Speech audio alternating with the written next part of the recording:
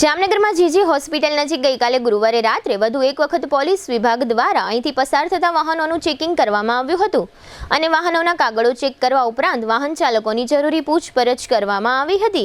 આ તકે city DYSP Jayvirsinh ઝાલાએ આ ચેકિંગ કામગીરીનું ઇન્સ્પેક્શન કર્યું હતું। આ સમયે સીટીબી ડિવિઝન પોલીસ સ્ટેશનના પોલીસ ઇન્સ્પેક્ટર પ્રેમલ ઝા તથા સ્ટાફના કર્મચારીઓ હાજર રહ્યા હતા અને ચેકિંગ કામગીરી કરી રહ્યા હતા।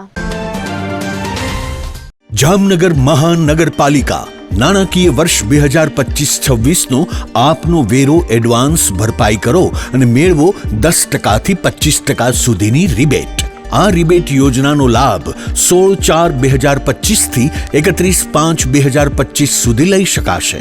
આ યોજનામાં સામાન્ય કરદાતાઓને 10% રિબેટ, સિનિયર સિટીઝન, શારીરિક ખોટખાપણવાળા, બીપીએલ કાર્ડ ધારક અને વિધવા કરદાતાઓને 15% રિબેટ, માજી સૈનિકોને, સ્વાતંત્ર્ય સેનાનીઓ, શહીદોની વિધવાઓ, અનાથાશ્રમ, વૃદ્ધાશ્રમ, અપંગાશ્રમ અને અંધાશ્રમને 25% રિબેટ, રહેણાંક બિન રહેણાંક મકાનોમાં સોલાર સિસ્ટમ તારીખ 31/3/2025 પહેલા ઇન્સ્ટોલ કરેલ હોય તેવા કરદાતાઓને રેગ્યુલર ઉપરાંત વધારાનું 5% રિબેટ એક વખત, સતત 3 વર્ષ સુધી એડવાન્સ ટેક્સ ભરનારને 2% વધુ રિબેટનો લાભ, ઓનલાઈન વેરો ભરપાઈ કરનાર કરદાતાને 2% ડિસ્કાઉન્ટ, વધુમાં વધુ ₹250 આપના મોબાઈલના પ્લે સ્ટોર તથા એપ સ્ટોરમાંથી જેએમસી કનેક્ટ એપ ડાઉનલોડ કરી પ્રોપર્ટી ટેક્સ ઓનલાઈન ભરવાની સાથે દરેક સર્વિસનો લાભ લઈ શકો છો।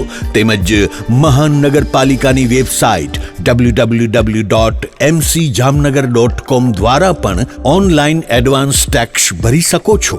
હાઉસ ટેક્સ અને વોટર ચાર્જની રકમ ભરવા માટે અહીં આપેલી જગ્યાઓ ઉપર સ્વીકારાશે। મહાનગરપાલિકાના મુખ્ય કેશ કલેક્શન વિભાગ, ત્રણેય સિટી સિવિક સેન્ટરો જેમાં શરૂ સેક્શન, રણજીતનગર તથા ગુલાબનગર, તેમજ HDFC bank, Nawanagar cooperative bank, IDBI bank તથા કોટક મહિન્દ્રા બેંકની તમામ શાખાઓમાં અને મોબાઈલ ટેક્સ કલેક્શન વેન દ્વારા જાહેર જનતાને આ રિબેટનો લાભ લેવા મહાનગરપાલિકા દ્વારા અનુરોધ કરવામાં આવ્યો છે। આ રિબેટ યોજનાની છેલ્લી તારીખ 31/5/2025 નોંધી લેશો। ધન્યવાદ।